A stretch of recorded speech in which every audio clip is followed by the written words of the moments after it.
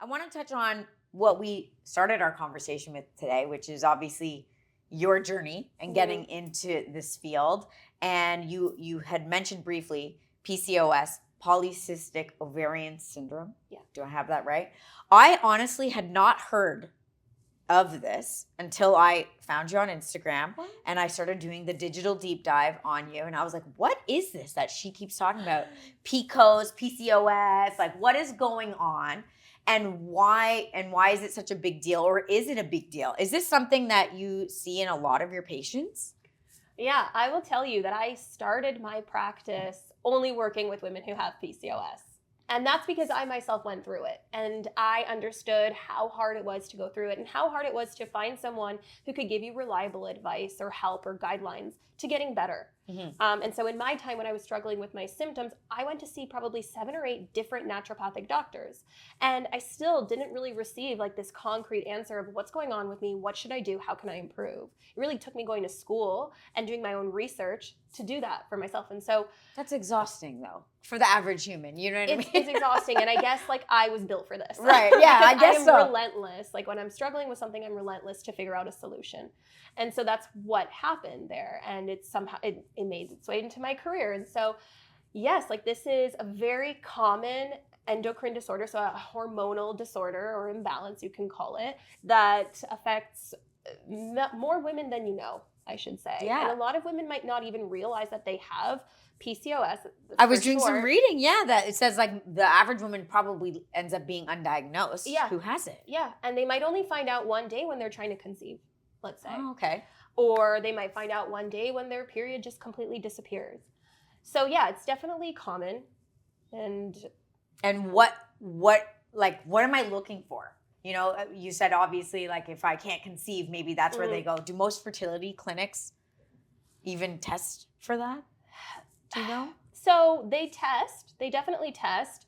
I'm not always seeing as in-depth blood work as I'd like to see in my fertility patients from, their fertility doctors, but they definitely do like the basics that they need to diagnose. Mm-hmm. But what you're looking for is multifactorial. You're looking for symptoms, that's first. So symptoms of PCOS can look like, well, I can't really lose weight the way that I want to. I'm losing my hair where I want it to be, or maybe I'm growing hair where I don't want it to be. Oh gosh. It triple threat. Yeah, for sure. Yeah. Acne is a really big one.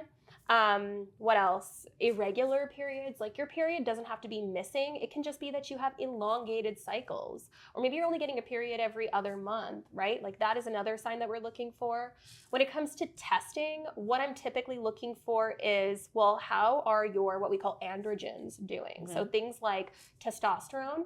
That's one of the androgens you might, and people probably understand, right? But there's other androgens that we have to test for, right? So DHEA is a big one. Androstenedione is a really big one. So I'm looking at your blood work. Are your androgens elevated? That's what's causing a lot of the symptoms of PCOS. We're also looking at ultrasounds to see if there are any cysts on the ovaries. Some women will have those cysts on the ovaries. Some women won't. Okay. Is it more often that they do have them?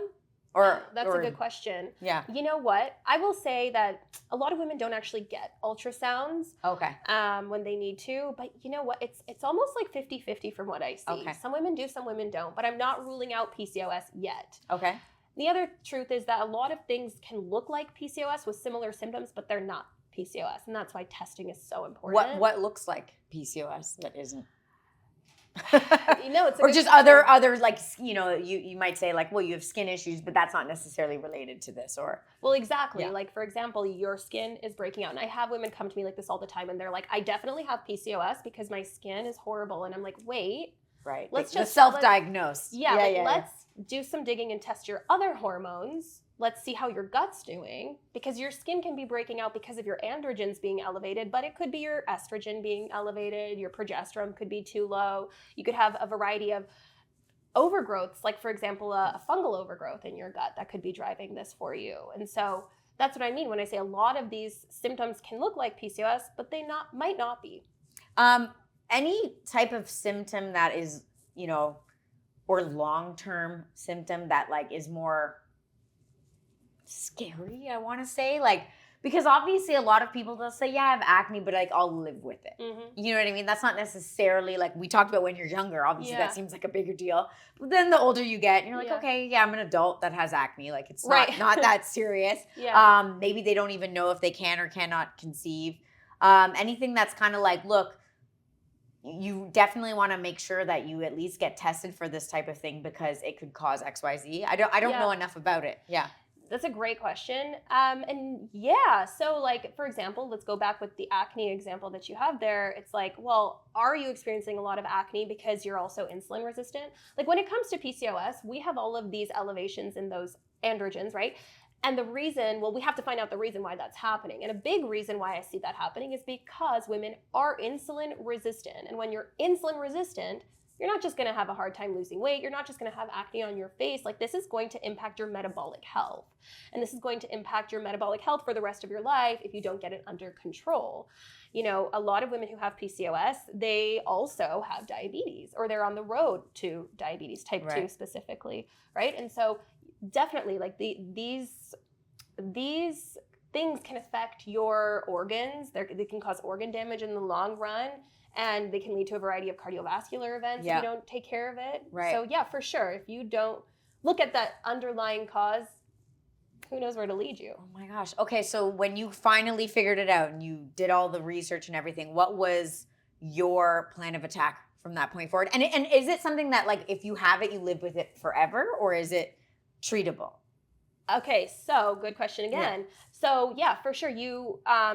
It's similar to type 2 diabetes. And I don't know how much you know about that, but basically when you have type 2 diabetes, you can reverse it. Mm-hmm. But if you fall back into the old lifestyle that you had and you're like over consuming carbohydrates and sugar and all that good stuff, you will probably dip back into a place of diabetes type 2.